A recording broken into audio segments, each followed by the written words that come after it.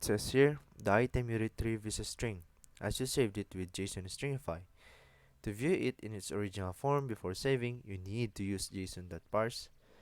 And the instruction says to use getItem method to retrieve the myTaskR array again.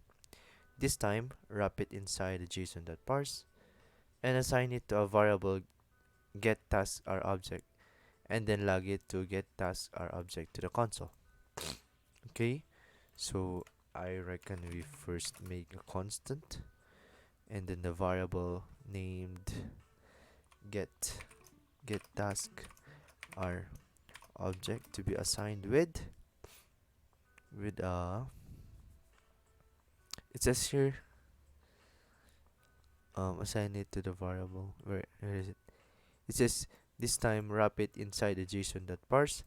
So you first have to write down this one, and then within json.parse parameter we would then use this get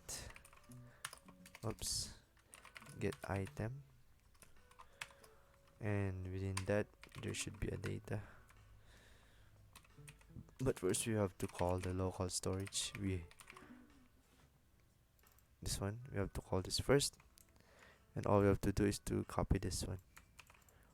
Copy this format, not literally, but I should just copy it by myself. And then that ends the first line of code.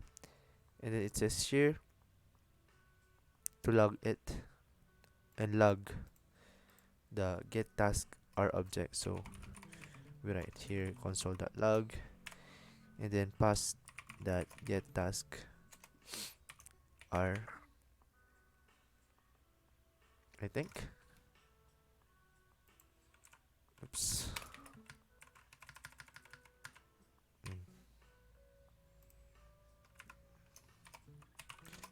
Yes.